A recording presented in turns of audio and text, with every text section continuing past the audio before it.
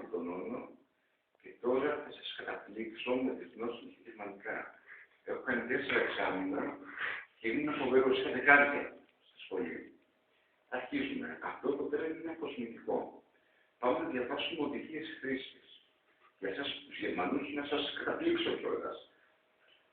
Βόσμος, Behälter, den unter Druck, vor Sonnenbestrahlung und Temperaturen über, fängt πώς είναι, 50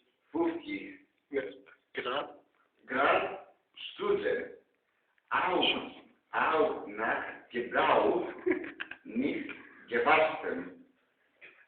Offene Noten verbrennen, nicht gegen Flamme oder auch Glühbirnen, gegen den Stand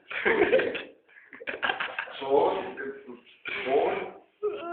Duelle verschnallen, nicht rauchen, das nicht in die Hand von Kindern gelangen, aus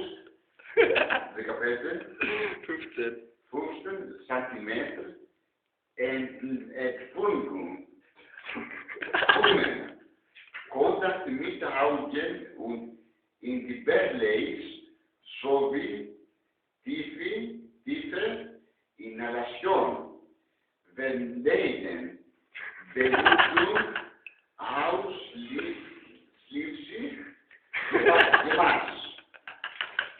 Ich